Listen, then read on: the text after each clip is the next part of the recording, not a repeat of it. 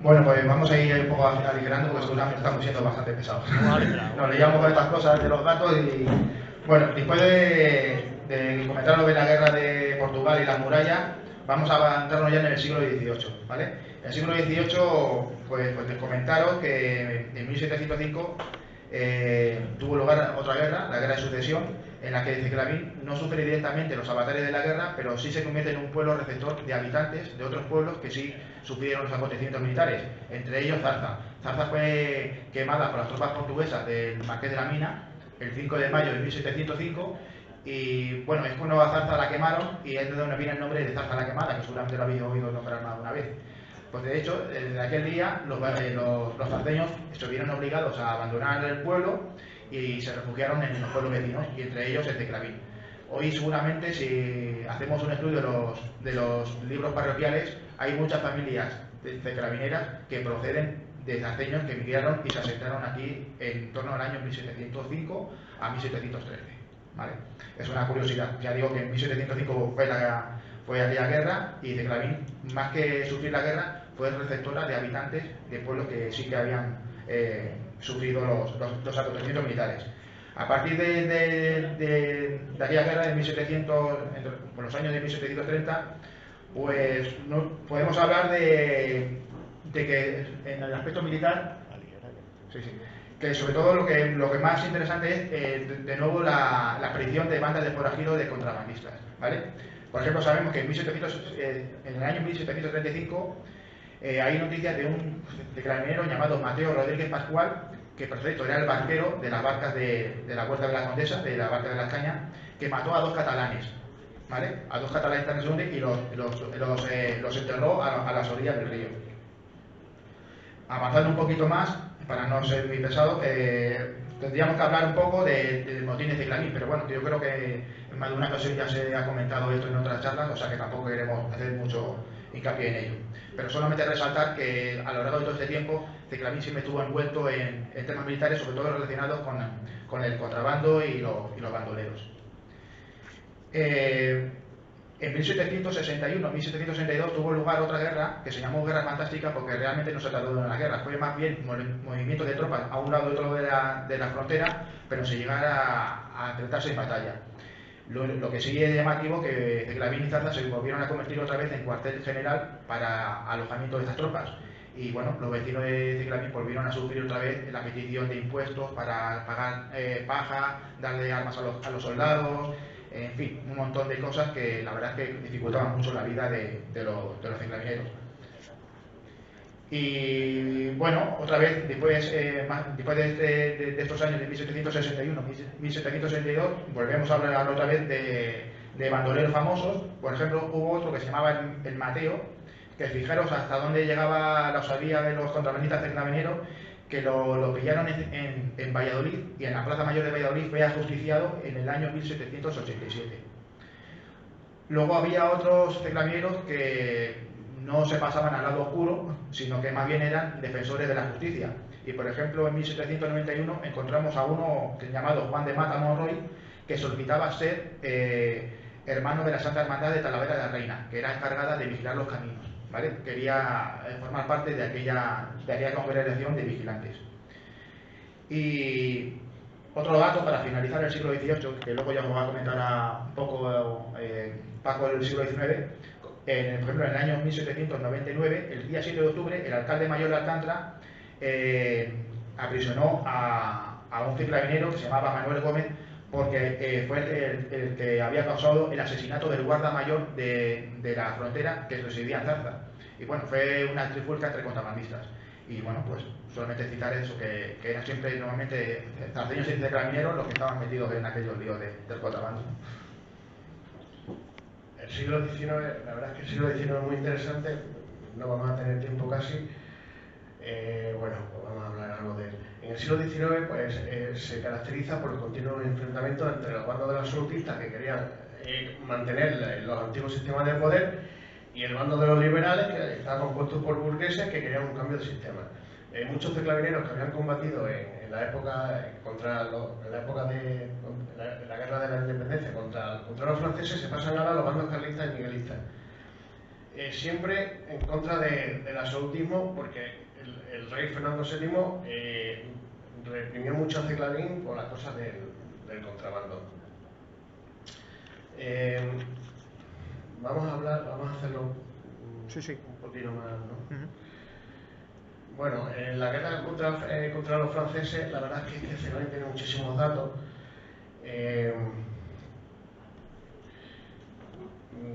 Vamos a ver, que cuando en Napoleón invade España, ¿no? Cuando el famoso motín de Aranjuez, Carlos IV y su hijo Fernando disputan la corona, pues Napoleón aprovecha para invadir España. En el año 1809, un ejército franco-portugués cruza la frontera y llega hasta Alcántara. Destruye uno de los arcos del puente romano. Se instala entonces el cuartel general francés en Zarza y está liderado por el general Renier. El 24 de agosto varias tropas francesas entran en Ceglavín. Entonces el alcalde mayor es don Lucas de Nagala, que abandona la población y deja el pueblo abandonado. Sale por pata, vamos. El mariscal Soult se despliega entre Coria y Plasencia y el 5 de septiembre nuevamente vuelve a ocupar Ceglavín. En ese momento, Wellington, tras expulsar a las tropas del sur, del norte de Portugal, entra en Extremadura desde Portugal por Zarza con intención de dirigirse hacia Madrid, y esas tropas vuelven a entrar por Ceglavín. En el año 1810, el regimiento inglés comandado por Andrew Leigh cruza el Tajo y mediante la barca del Consejo, que entonces estaba que era propiedad de Ceglavín, se dirige hacia Broza. Muchos alcantareños abandonan el pueblo y se refugian en Ceglavín, por lo que, claro, la población pues aumenta considerablemente. Las tropas francesas en esa época saquean Ceglavín, sobre todo los bienes de Bernardo de Bustamante, que era pariente tuyo. En el año 1811, el 25 de julio, una tropa de 500 soldados y 60 caballos franceses saquean Ceglavín. Pidieron a los vecinos 60 raciones de trigo y otras cosas. Y como curiosidad, bueno, pues un gallo para el general. Se conoce que tenía el capricho de comerse un gallo. Se llevaron todo lo que pudieron: bueyes, caballería, ganado. Y aparte de todos los robos cometidos, hay cosas curiosas que hicieron esta pandilla, que es atribuirse, nos atribuimos que destruyeron el archivo provincial, parroquial y municipal, lo destruyeron, y también fueron los que dispararon contra el crucifijo, contra el Cristo crucificado que culmina el retablo. Y aparte destruyeron el órgano antiguo que estaba en la parroquia. Y una cosa muy interesante que hay, que quizás sea muy desconocida, es el Ceglavín en la literatura del siglo XIX. Hay una obra teatral escrita por Eduardo Infante que se llama Recuerdos del 2 de mayo o el cielo de Ceglavín, y narra un episodio de la guerra que, aunque sea fantasía, pero sí está basado en hechos reales, y en el cual queda de manifiesto el arrojo, la valentía y el patriotismo de los ceglavineros, sobre todo de las ceglavineras, porque son 200 mujeres las que se suben a la muralla para defender el pueblo.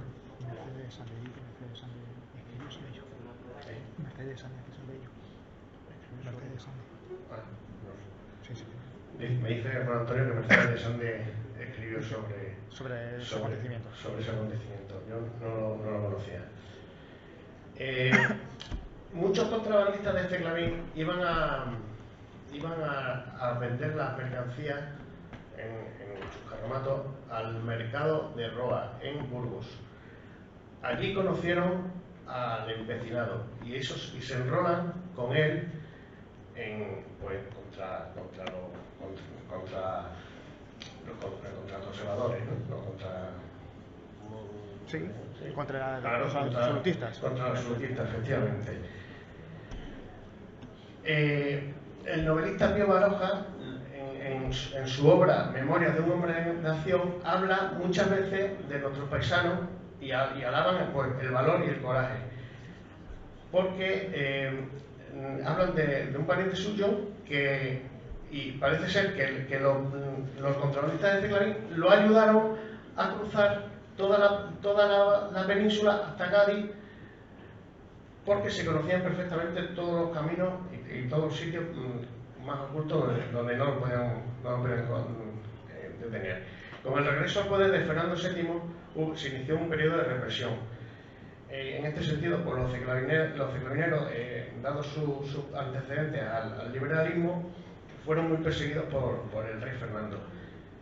La verdad es que ellos no se asimilaron, no se amillanaron y crearon una sociedad que para poder ejercer el contrabando, y se hicieron con muchas amistades de políticos y comerciantes de Pamplona, Valladolid y de Zaragoza.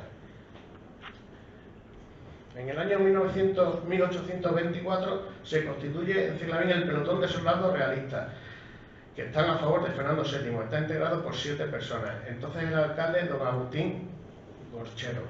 Este es un documento que se conserva en el archivo municipal y es el listado de todos esos soldados vecinos ciclavineros que formaron parte del destacamento de milicias realistas. Bien, pues vino. Un dato bastante importante: en el año 1829, el 19 de diciembre, mediante Real Orden, el monarca Fernando VII, con el objeto de frenar el poder asfixiante de los contrabandistas ciclavineros y atajar crímenes, asesinatos y desórdenes en general que se estaban cometiendo, decide instalar en Ciclavín una compañía de 100 infantes y 40 soldados y 40 caballos sirviendo de cuartel general la ermita de San Juan, que está estratégicamente puesta pues, para el paso de todas las personas y lo mismo, pues, con unas vistas pues, para controlarlo todo. El lugar se fortifica y se hace ahí un fortín que otra vez Nino nos vuelve a encontrar los documentos y es el que saca a la luz cómo estaba constituido el castillo el fuerte de San Juan, que lo tenemos ahí. El fuerte, cuando pudieron los ciclavineros, acabaron con ellos, lo destruyeron entero, y hay que decir que muchas de las piedras del fuerte de San Juan se llevaron al ayuntamiento cuando se construyó el ayuntamiento, porque el ayuntamiento no existía, y se llevaron las piedras del fuerte de San Juan al ayuntamiento y se utilizaron para la construcción del ayuntamiento. El dintel de la puerta principal del ayuntamiento, la puerta de la piedra del dintel procede del fuerte de San Juan. Otras están en paredes por allí, pero lo más interesante es que se utilizaron esas piedras pues, para la construcción del ayuntamiento. Bueno, podemos hablar ya de los contrabandistas. Sí, bueno, es que esto es la historia se vuelve a repetir. Después de la guerra de... Son bandoleros, contrabandistas... Los antiguos soldados que habían servido tanto de los bandos absolutistas y carlistas, pues como no sabía hacer otra cosa, se dedicaron siempre a la violencia, al contrabando y bueno, por esa época en Ciclavín hubo bandoleros muy famosos. Los Alpedrinas, el Gitano, Malcumpre, Bolsillo, el Morera, y sobre todo los más famosos fueron dos bandoleros. Uno se llamaba Cimental, que era natural de Ciclavín. Era Víctor Cimental, y el otro era un zartero que se llamaba Juan Mata. Juan Felipe Mata. Dicen que Cimental era bajito, delgado de cuerpo, bastante claro, de color claro, la piel, con bastante patilla. Vestía pantalón de paño, color pardo, chaqueta encarnada. Y se dedicaban sobre todo al secuestro de gente adinerada. Y eran buenos, pues la verdad es que estaban bastante buscados. Luego hubo también la partida del bandido Montejo, del contrabandista Montejo, que tenía atemorizada a toda la Sierra de Gata y a Ciclavín también. Pues Ciclavín, pues para defenderse, se movilizó y reunieron hombres y caballos para tal propósito. Y luego una cosa curiosa es el Bolsillo, que siempre hemos escuchado la leyenda del Bolsillo, que se nombra en 1836, en el 14 de octubre, se publica su búsqueda y captura de Joaquín Álvarez Cienfuegos el Bolsillo, que había dado muerte a Juan Antonio Ron en la dehesa de Pozuelo. Nosotros la leyenda que sabemos del Bolsillo parece ser que es como posterior, pero cuando lo apresa Agustín de Sande, Caborra, parece que es de este siglo, pero aquí nos dice que Bolsillo era de 1836, que luego fue capturado y fue muerto a garrote vil. Bueno, yo creo que sí, estos son documentos datos, son documentos lo que más tenemos, pues, de diferentes bandoleros de la época. Son bandoleros y cómo acaban cada uno de ellos, casi todos acaban en garrote vil, o en las escaramuzas, tiroteados, ¿no? muertos por las batallas. Yo creo que ya abreviamos, ¿no? Y ya no seguimos. Sí, porque si no, no vamos a nunca, porque son tantos datos. Sí, hay una cosa muy interesante que quizá no se sepa mucho, que son lo que pasó con el político liberal Salustiano Lozaga y los contrabandistas ciclavineros. Este hombre se tuvo que exiliar varias veces de España. Una de las veces lo acompañaron contrabandistas ciclavineros hasta la frontera, hasta Portugal, y entonces lo llevaron por sitios, por la vereda del Rey, por sitios que no se conocían. Estuvo refugiado en Ciclavín 2 noches y durmió en casa del alcalde. Por lo visto, el alcalde, que no sabía que era Lozaga, habló mal de él. Y cuando este hombre se fue a Portugal, de Portugal se fue a Londres, cuando volvió en las Cortes, denunció, en vez de agradecer que le habían salvado los contrabandistas, denunció el contrabando de Ciclavín. No denuncia el contrabando de Ciclavín concretamente. Denuncia en un diario, en una sesión de las Cortes, el proceso que tenían los contrabandistas para pasar el contrabando. No cita nombre ninguno, no cita Ciclavín. Él cita el proceso que realizan los contrabandistas. Aquí tienes a Bolsillo. Ahí tenemos a Bolsillo, yo creo que ya está, ¿no? Esto es un documento en el... Bolsillo fue un bandolero tan conocido que el día que lo ejecutaron en Plasencia, pues se hizo una crónica periodista de aquel acontecimiento. Y se ve que el verdugo no estuvo muy bien porque al darle la vuelta al palo lo hizo de una manera poco brusca y por lo visto pues la muerte fue bastante lenta y bastante penosa. La muerte del bandolero Bolsillo. Bueno, podríamos hablar de otro bandolero famoso, de Chico Cabrera y de tantos otros, incluso de 2 personajes ya casi contemporáneos nuestros. Pero yo creo que se nos está haciendo la tarde muy larga y seguramente tenéis todos muchas ganas de... Voy a dar una cosa sola que para los ciclavineros nos tiene que servir de orgullo. El 13 de octubre de 1833 se presentaron en Castelo Branco unos pocos soldados españoles de a caballo y de a pie, con un teniente coronel y un coronel, que querían venir a España y están intimidando a los ciclavineros a que vayan con ellos, ya que prefieren más a 100 ciclavineros que a 1000 hombres de los otros, lo que viene a demostrar la valentía del pueblo ciclavinero. Yo creo que ese dato no se podía escapar. Sí. Y yo creo que ya está aquí. Y ya poco más, porque bueno, se nos está yendo más tarde. Muchas gracias a todos por vuestra atención. Disculpad la molestia por el descanso, por no alargado tanto. Muchas gracias. Bien, ahora perdonad un momentito, si alguien quiere intervenir o hacer alguna pregunta, puede hacerlo con poquito tiempo, porque el tiempo ya se nos ha ido bastante. ¿Vale? Si alguien quiere intervenir o preguntar algo, puede hacerlo.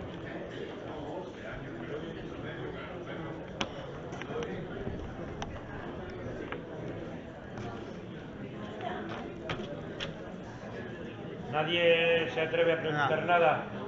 Bueno, pues entonces damos por concluida la sesión, ¿vale? Venga.